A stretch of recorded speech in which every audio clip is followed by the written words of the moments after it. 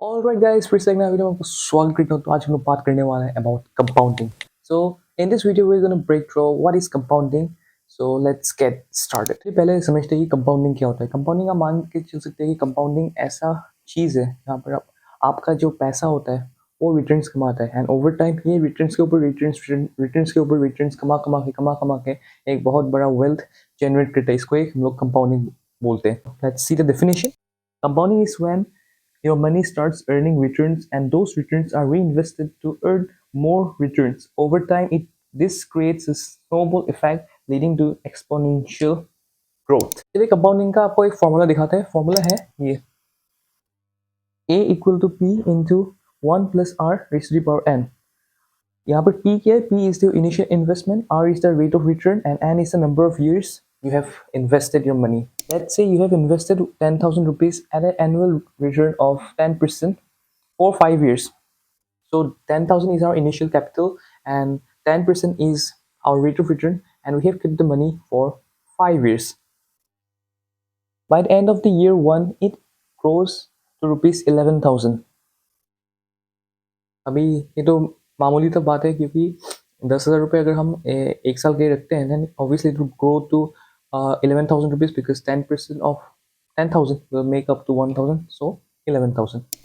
Game क्या होता है पता है? नेक्स्ट ईयर जब आप अगर इन्वेस्ट करेंगे तब आपका पैसा 11,000 के ऊपर आपको इंटरेस्ट मिलेगा, ना कि 10,000 के ऊपर. 11,000 के ऊपर इंटरेस्ट मिलेगा, सो 11,000 का 10% होगा. आप कैलकुलेट करिए कमेंट में. इंटरेस्ट में अक्सर टाइम का बहुत ही महत्वपूर्ण हिस्सा होता है. अगर आप टाइमली ये इन्वेस्ट नहीं करते then you can not accumulate that much of wealth. तो चलिए समझते हैं the importance of time. Investor A starts investing 1,000 rupees a month at the age of 20 and stops at 30, but lets it grow. मतलब investor ए जो है वो 1,000 rupees invest कर रहा है every month for 10 years because उसने इन्वेस्ट करना start किया 20 साल से एंड वो 30 साल तक 10 साल मतलब इन्वेस्ट करते गया. उसके बाद 30 साल के बाद उसने रोक दिया. बट जो पैसा उनका था means already the capital which was there वो वहाँ पर ही कंपाउंड इंटरेस्ट में इंटरेस्ट लग के वो ग्रो हो रहा था. अभी चलिए इन्वेस्टर बी का बारे में सुनते हैं. Investor B starts at 30.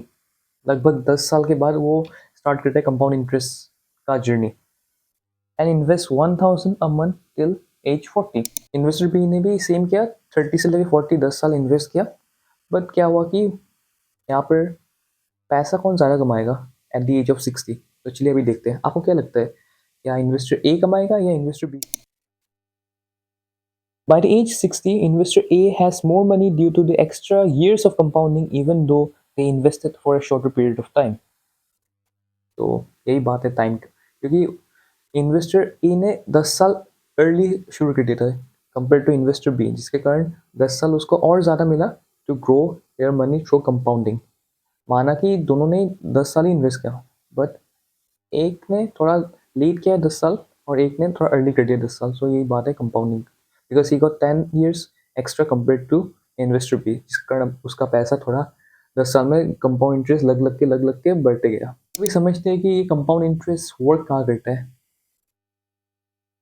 Compound interest works in investments like stock, mutual funds और SIPs.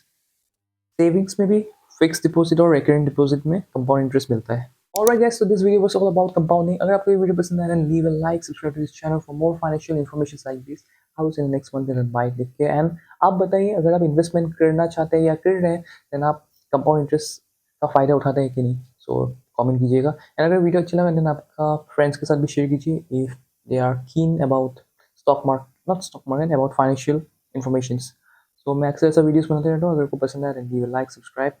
I'll see you in the next one. Then bye, take care.